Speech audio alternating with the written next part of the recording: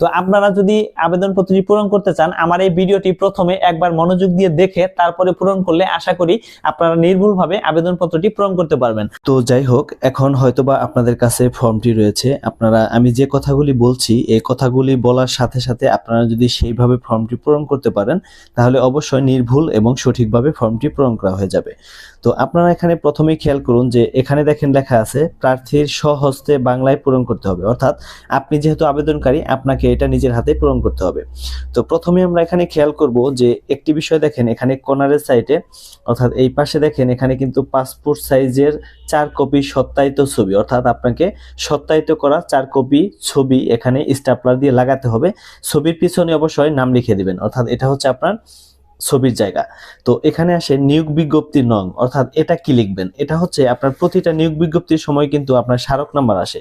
আপনারা দেখবেন কি যে প্রতিটা নিয়োগ বিজ্ঞপ্তির যেখানে স্মারক নং যেটা লেখা আছে এই নাম্বারটি আপনারা করবেন কি এখানে এই নিয়োগ বিজ্ঞপ্তির নাম্বারের এখানে লিখে দিবেন এবং তারিখটি হচ্ছে আপনি যে তারিখে এই বিজ্ঞপ্তিটি প্রকাশ হয়েছে ওই নিয়োগ বিজ্ঞপ্তির মধ্যেই লেখা আছে ওই তারিখটি আপনারা দিয়ে দিবেন। তো এখন এবারে আসেন সিনিয়র জেনারেল ম্যানেজার, অর্থাৎ আপনি যে পল্লী বিদ্যুৎ সমিতিতে শারীরিকভাবে উপস্থিত হয়ে পরীক্ষা দিতে ইচ্ছুক সেই পল্লী বিদ্যুৎ সমিতির নাম এখানে লিখে দিবেন। যদি আপনার পল্লী বিদ্যুৎ সমিতির নাম 1, 2, 3 যে কোনো একটা থাকে তাও সেই ক্ষেত্রে আপনি এখানে টিক দিতে পারেন।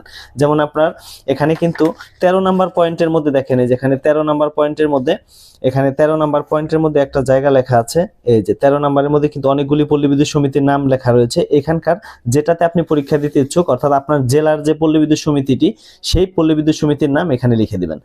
বিজ্ঞাপনের সূত্র পত্রিকার নাম, আপনি এটা কোনো সমস্যা না। বিজ্ঞাপনের সূত্র অর্থাৎ আপনি এই বিজ্ঞাপনটি কোথায় দেখেছেন, যদি ওয়েবসাইটে দেখে থাকেন তাহলে ওয়েবসাইট নোটিশ লিখতে পারেন, অথবা যদি কোনো পত্রিকার মধ্যে দেখে থাকেন যেমন বাংলাদেশ প্রতিদিন সেখানে বাংলাদেশ প্রতিদিন লিখতে পারেন, অথবা সাপ্তাহিক পত্রিকার বা সাপ্তাহিক চাকরির খবর সেখানেও আপনি দিতে পারেন। তো বিজ্ঞপ্তি প্রকাশের তারিখ অর্থাৎ বিজ্ঞপ্তিটি কত তারিখে প্রকাশ হয়েছে, তো 6/1/2025 এটা আপনি লিখে দেবেন। আবেদনকারীর নাম বাংলায়, দেখেন এখানে বাংলায়ও লেখা আছে আবার হচ্ছে ইংরেজিতেও লেখা আছে। এখন আপনি বাংলাতে আপনার যে শুদ্ধ নামটি সেটা লিখে দেবেন এবং ইংরেজিতে হচ্ছে আপনার সার্টিফিকেটের মধ্যে এসএসসির সার্টিফিকেট যেটা রয়েছে সেটার মধ্যে আপনি যেভাবে পূরণ করেছেন সেইভাবে আপনি এসএসসির সার্টিফিকেটের ইংরেজি নাম যেটা লিখেছেন সেটা আপনি লিখে দিবেন। মাতার নাম আপনার মায়ের নাম সার্টিফিকেটে যেটা আছে সেটা লিখে দিবেন। পিতার নাম আপনার বাবার নাম যেটা আছে সার্টিফিকেটে সেটা আপনি লিখে দিবেন। জন্ম তারিখ, এখন এখানে দেখেন জন্ম তারিখ লেখা আছে এসএসসি ও সমমান পরীক্ষার সনদ অনুযায়ী, অর্থাৎ আপনি কিন্তু এসএসসি পরীক্ষার মধ্যে যেভাবে জন্ম তারিখটি লিখেছিলেন সেই জন্ম তারিখটি আপনাকে দিতে হবে। বয়স 26/1/2025 ইং খ্রিস্টাব্দে আপনার বয়স কত, অর্থাৎ আপনি জন্ম সাল থেকে শুরু করে জন্মের তারিখ থেকে শুরু করে নিয়ে 26 তারিখ পর্যন্ত জানুয়ারি মাস 2025 সালের 26 তারিখ পর্যন্ত আপনার যে বয়সটি হয়েছে সেটি আপনি এখানে লিখে দেবেন। এই ক্ষেত্রে আপনি মোবাইলের মধ্যে একটি এজ ক্যালকুলেটর যে সফটওয়্যারটি রয়েছে সেটার মাধ্যমে সহযোগিতা নিতে পারেন। তারপরে দেখেন পল্লী বিদ্যুৎ সমিতিতে কর্মরত মিটার রিডার কাম মেসেঞ্জার কিনা, অর্থাৎ আপনি কি পল্লী বিদ্যুৎ সমিতিতে মিটার রিডার পদে চাকরি করেন, যদি করেন সেই ক্ষেত্রে আপনি হাবুদকে টিক চিহ্ন দিবেন, আর যদি না করেন তাহলে নাবুদকে টিক চিহ্ন দিবেন, অর্থাৎ দুইটার যে কোনো একটা। কোটা প্রার্থী কিনা, অর্থাৎ আপনি কি কোনো কোটার প্রার্থী, যেমন আনসার বিডিবি হতে পারে, মুক্তিযোদ্ধা হতে পারে, যে কোনো একটা কোটা যদি হয় তাহলে সেই ক্ষেত্রে আপনি সেটা উল্লেখ করতে পারেন।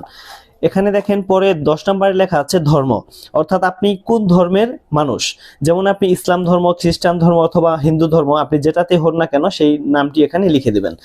জাতীয়তা ও জাতীয় পরিচয়পত্র, আপনার যদি ভোটার আইডি কার্ড থাকে সেই ক্ষেত্রে আপনি জাতীয় পরিচয়পত্র নাম্বার ভোটার আইডি কার্ড নাম্বারটি এখানে লিখে দিবেন।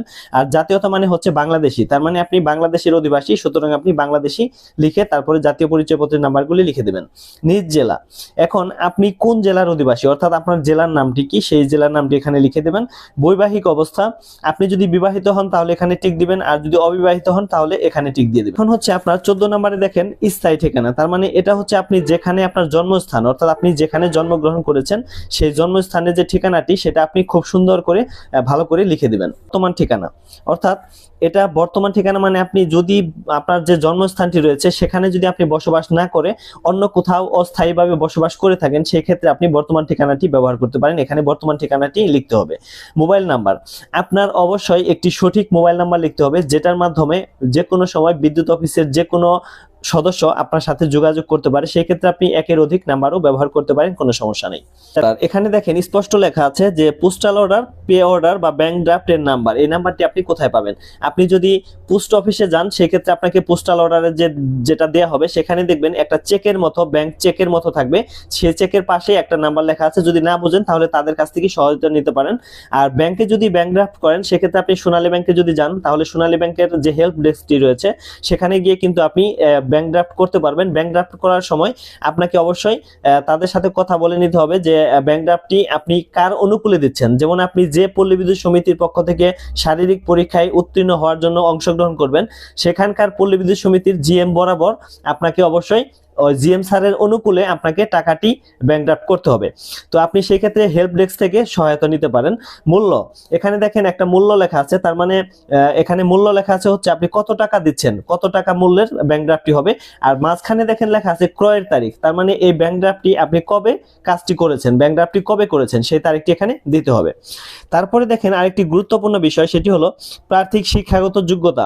এখন এখানে দেখেন লেখা আছে পরীক্ষার নাম, অর্থাৎ এখানে আপনি স্পষ্ট দেখতে পাচ্ছেন যে পরীক্ষার নাম, অর্থাৎ আপনাকে সার্কুলারে কিন্তু বলা হয়েছে যে এসএসসি পরীক্ষার নাম, এসএসসি পরীক্ষা এখানে লিখবেন।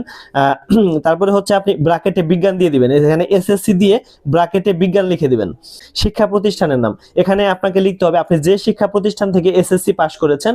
আর এখানে দেখেন লেখা আছে প্রাপ্ত বিভাগ বা শ্রেণী বা সিজিপিএ, অর্থাৎ আপনি কত গ্রেড পয়েন্ট পেয়েছেন। যেমন আপনাকে এখানে সর্বনিম্ন কিন্তু চেয়েছে 3.00, অর্থাৎ আপনাকে যত পেয়েছেন 3 পয়েন্টের উপরে ততই আপনাকে লিখতে হবে।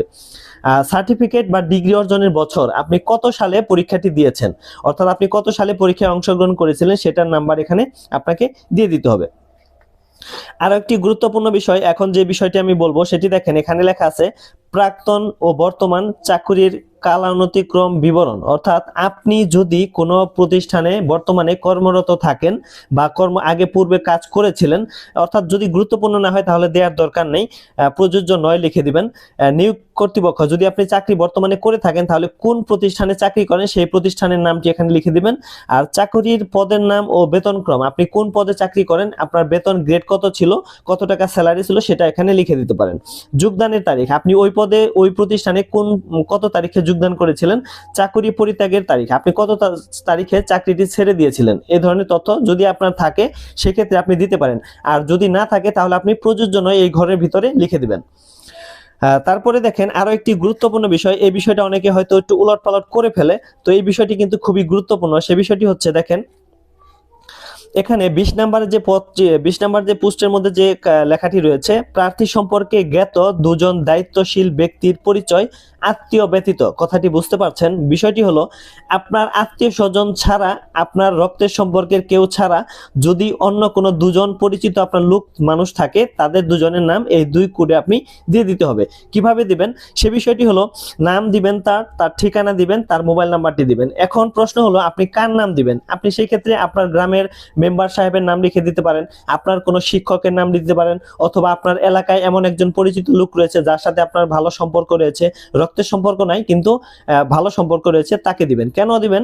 কারণ এই নাম্বারটি লেখার পরে আপনাকে কিন্তু পল্লী বিদ্যুৎ অফিস থেকে বা পল্লী বিদ্যুতায়ন বোর্ডের যে কোনো সদস্য কিন্তু আপনার তথ্য সম্পর্কে জানার জন্য এই 2 জন লোকের কাছে ফোন দিতে পারে, অর্থাৎ পুলিশ ভেরিফিকেশনের ক্ষেত্রেও কিন্তু এই 2টি তথ্য ব্যবহার হতে পারে।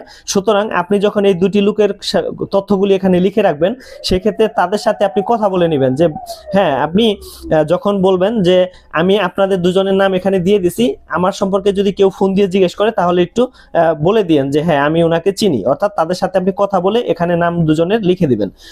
এখন দেখেন এখানে কিন্তু অনেক কিছু বাংলায় অনেক কিছু বিষয় লেখা আছে, অর্থাৎ আপনি উপরে যে ধরনের তথ্যগুলি 1 থেকে 20 পর্যন্ত সিরিয়ালের যে তথ্যগুলি আপনি দিয়েছেন সেই তথ্যগুলি সঠিক কিনা, অর্থাৎ সেই তথ্যগুলি সঠিক যদি হয়ে থাকে সেটা স্বীকারোক্তি। এখানে কিন্তু দেখেন লেখা আছে, পাশেই কিন্তু আছে এখানে স্বাক্ষর, আপনার আবেদনকারী স্বাক্ষর, অর্থাৎ আপনি যে তথ্যগুলি দিয়েছেন সেগুলি একদমই সঠিক এবং কোনো প্রকারের ভুল নেই। যদি ভুল হয়ে থাকে তাহলে আপনার বিরুদ্ধে আইনানুগত ব্যবস্থা নেওয়া হবে, এই পরিপ্রেক্ষিতে আপনি এখানে স্বাক্ষরটি দিচ্ছেন।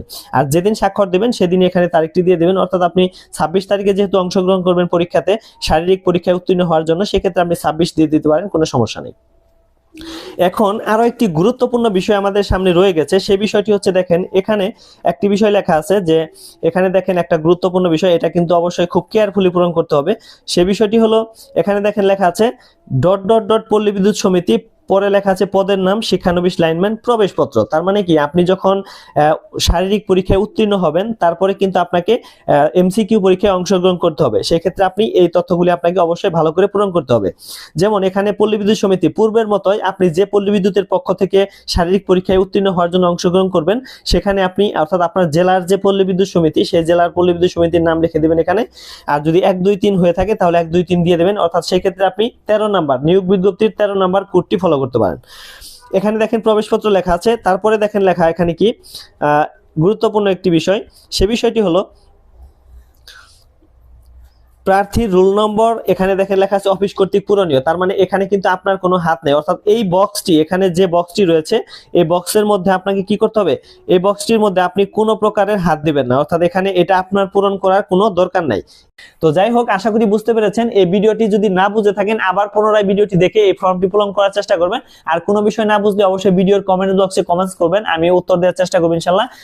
আর অবশ্যই আপনারা এই বিদ্যুৎ বাড়ি গল্প পেজের সাথেই থাকবেন, কারণ এই পরীক্ষাটিতে অংশগ্রহণ করার জন্য কি কি বিষয়ে এমসিকিউ হতে পারে একটা ধারণামূলক ভিডিও আমরা তৈরি করব, যেটি হচ্ছে গণিত, সাধারণ জ্ঞান, ইংরেজি, বাংলা এগুলি বিষয় নিয়ে। আপনারা সাথে থাকবেন, আশা করি উপকৃত হবেন।